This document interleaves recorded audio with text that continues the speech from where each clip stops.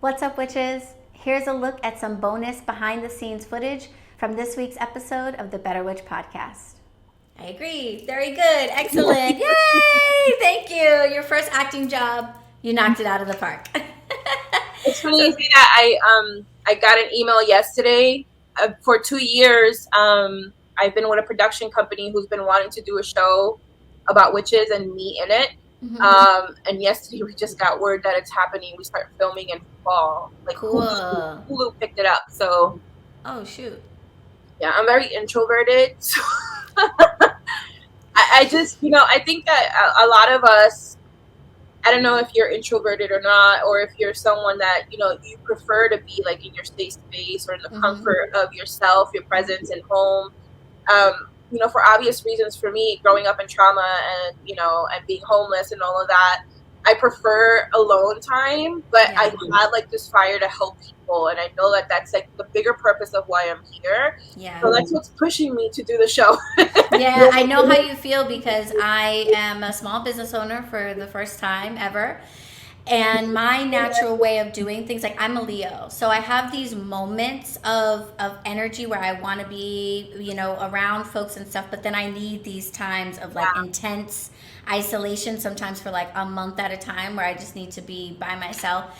And that doesn't necessarily work with having a small business, because you really need to open yourself to networking with people and be putting yourself, your face, your business out there all the time. And and that is it's a little bit hard for me, because anytime I go away, it's like, okay, well, you have the algorithm working against you. You're not posting anything. People don't know about your business, and you're not going to stay alive if you do that kind of thing. So I totally feel you there, where it's like, I know I got to put myself out there because it's going to help me do what I came to this life to do, and to do my service. But if I'm honest, would I like to just stay in my bedroom and like read and cast spells and talk to my cat? I would be so happy. Like, I have all the books to keep me busy. Right, exactly. All I need is me and my Amazon and my Kindle. I'll be fine. That's for real. I mean, I was in your situation. I had a really successful shop, November Sage, but that was when my book took off, my first one, and there was no one to help me. I had to travel, and I mean, it was for a good reason though. Like, I became like a successful author, but what I did find is, you can't step away from your business, but you maybe implement a self-care routine for your business itself, like even for your employees, for you, where I have a friend, what she does is every 6 weeks, the whole shop goes off for 3 days.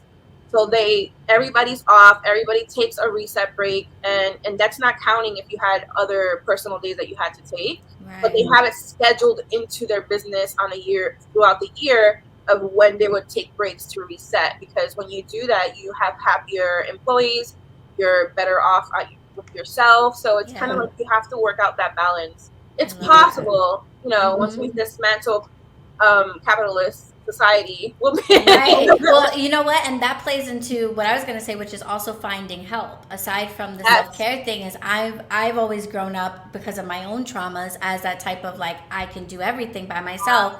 Because for a long time I had to, self-soothe, self-motivate, self-discipline, all of those things. I was fed and I was cared for and all of those things, but that emotional component was very missing for me.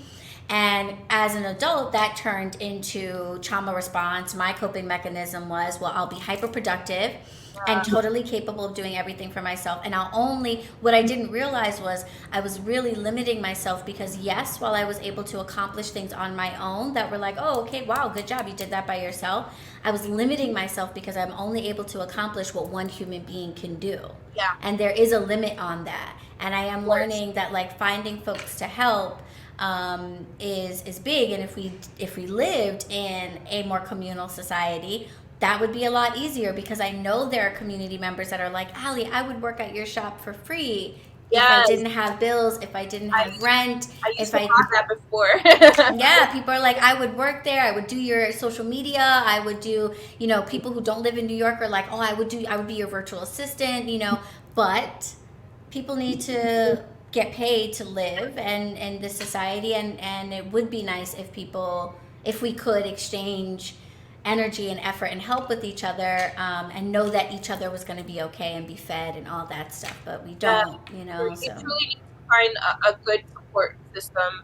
I have other big influencers who have big businesses online, and one time one of them asked me, hey, can you look out for my social media post? She sent me in the drive all of the posts to post on a daily basis. It was just one post a day while she went on vacation. I was like, that's actually genius. Like, if you do that for me, if I do that for you, you can do that for me, and keep that up is with your great. social. And yeah, you're not paying like huge bucks either. So look into your friends and see, hey, I could put it in the drive, and all you have to do is upload it, one of these a day, and that's it. Right, And right. just find that community for yourself, because it's doable. It's just we have to think to basics, back to the foundations of what support systems really do. Yeah. Yeah, thank you so much for that. This is turning into how to be a better business witch, real quick over here. So that is for me. This is off on a tangent, but just something that you said about always needing community. Someone was talking about, I guess, I don't know if it's a TikTok thing. I'm not on the tickety talkety, but I guess there's something going around that someone said something about alpha women don't run in packs, and we don't get together. And someone else that I was listening to, who is perhaps a bit wiser than the first person, was pointing out that actually in history we see strong women like the Amazon women and the women, the Dahomey warriors, and all of these examples of the ways in which culture and community was supported and furthered by people coming together, Yeah. unifying for a common goal. So I think unity is always super helpful, and community is really, really important.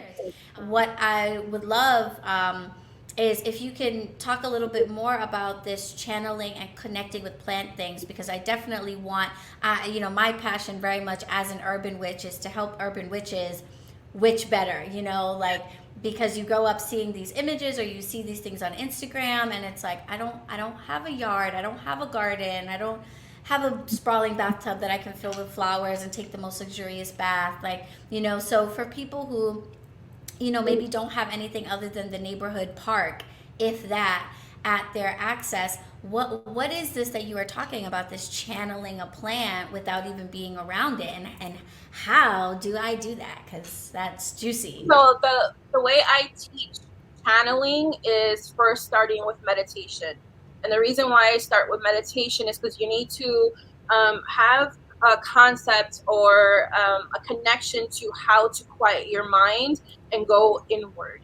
Because inward, we talk about the outer world, about, outside of planet Earth, the universe, but no one, seems to remember, or really it's not spoken enough about, is the universe we have within ourselves. Literally a whole ass universe, galaxies and cells and living beings inside of us, helping to keep us alive. So it's not, I used to have a fear of death, like really badly, even when I still see spirits.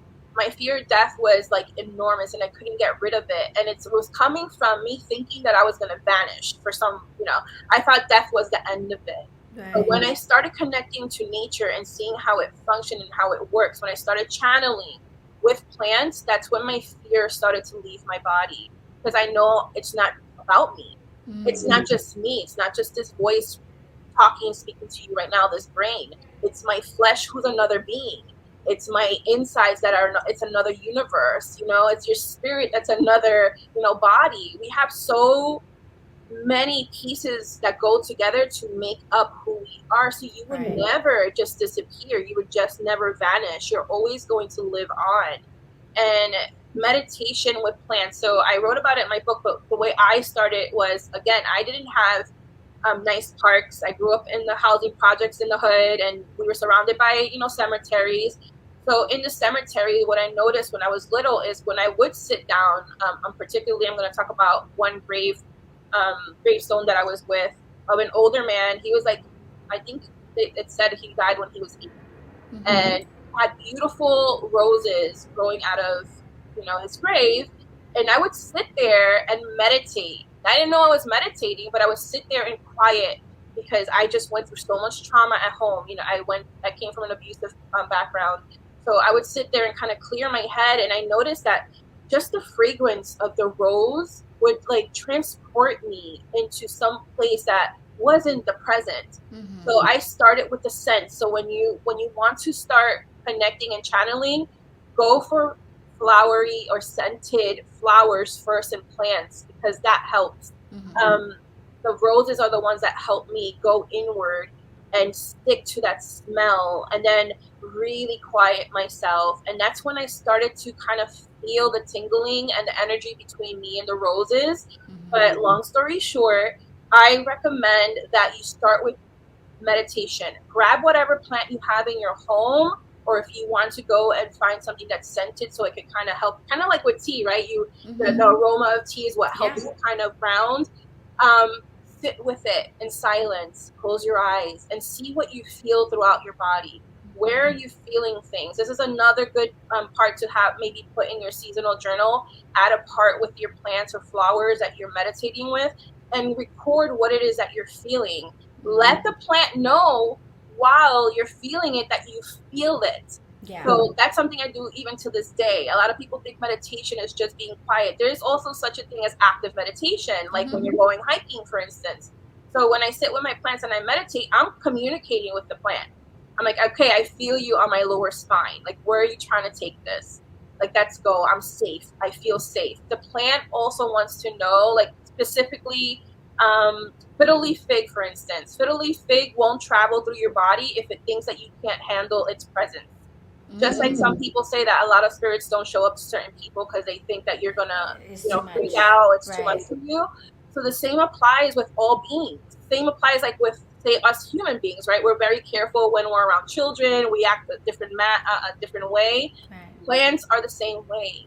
They know that they feel your nervous system. They feel your trauma. They feel your fear. They also feel your sense of not being confident enough in your own magic and your ability to connect to that plant. So that plant's like, you're just going to waste my time. I'm just going to be out by like when you right. I'm not here for this. Yeah, I'm not here for this bullshit. I have growing to do. So pretty much you have to let the plant know. And it doesn't take years. It does take maybe a couple of months, but in those couple of months, you see the progress. You see how much more you feel in your body when you're meditating with these plants. You feel the pressures. I'm like going through the movements. It like starts with tingles. It goes through pressure. It goes through energy. And then you're just like flowing with that energy. And even though you're not literally communicating as with language, you're communicating through energy. Yeah. And eventually what happens is you're already embodied this presence of, say, the fiddle leaf fig. And when you're not around that plant and say you go away, you still will have that energy within your body. You will never forget it. So you can channel that energy. So how you channel is you sit, like if you're going to meditate, and you go back to remembering what it felt like, what it smelled like, what it maybe, the touch, if you were touching it, what it felt like when you were in the presence of that plant, and let it move through you. And it's even more powerful than if the plant was actually there with you, because you're channeling within your own self. You have this acknowledgement and belief and faith that you are weaving magic with that particular plant. And it just takes you to this other world. You're transported. That's what happens when you channel. And you're going in through visions. You're going through messages. And it doesn't have to be like this elaborate, grand thing that, all these messages and visions come. Again, remember, it starts slow and subtle, and then it grows and grows and grows. Practice is key. And practice to me just means keeping that a healthy relationship. Taste like tasting plants is a big way. Use all your senses. So for going back to rose, the scent, familiarize yourself with the scent. You can put rose in your tea. So the flavor, how it feels going and moving through your body. What does it do to your mood? Thank you, witches, for checking out the behind the scenes footage from this week's episode. Tune in to YouTube every Tuesday at 7 p.m. Eastern for a new episode, and definitely join us right after the new episode airs for a Coven-only live Q&A with our guest co-hosts. Make sure to leave a review of the BetterWitch podcast on your favorite podcast platform. See you in the next episode. Blessed be.